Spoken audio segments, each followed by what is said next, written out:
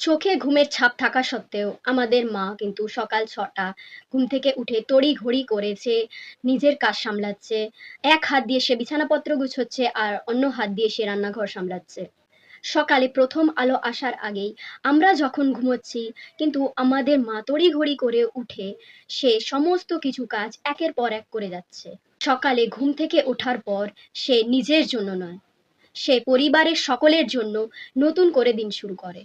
ঘরের সমস্ত কাজ সামলাচ্ছে, এমনকি সে সন্তানদের সমস্ত কিছু কাজ সামলাচ্ছে।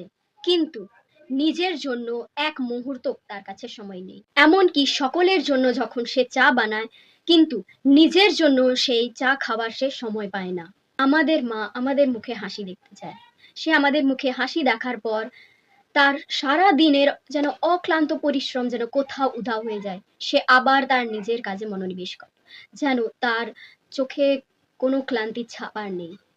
মা জানে তার দায়িত্ব শেষ হবার নয়। সে ঘরের এক কোণে দাঁড়িয়ে কিছুক্ষণ বিশ্রাম নেওয়ার চেষ্টা করে।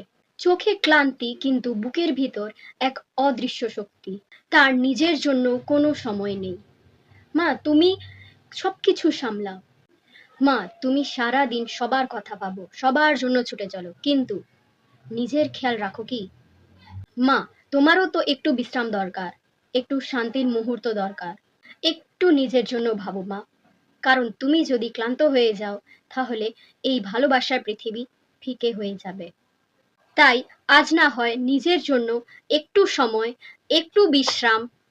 কারণ তুমি একজন মা নও, তুমি এক পৃথিবী। আমাদের সকলের জন্য তুমি শ্রেষ্ঠ।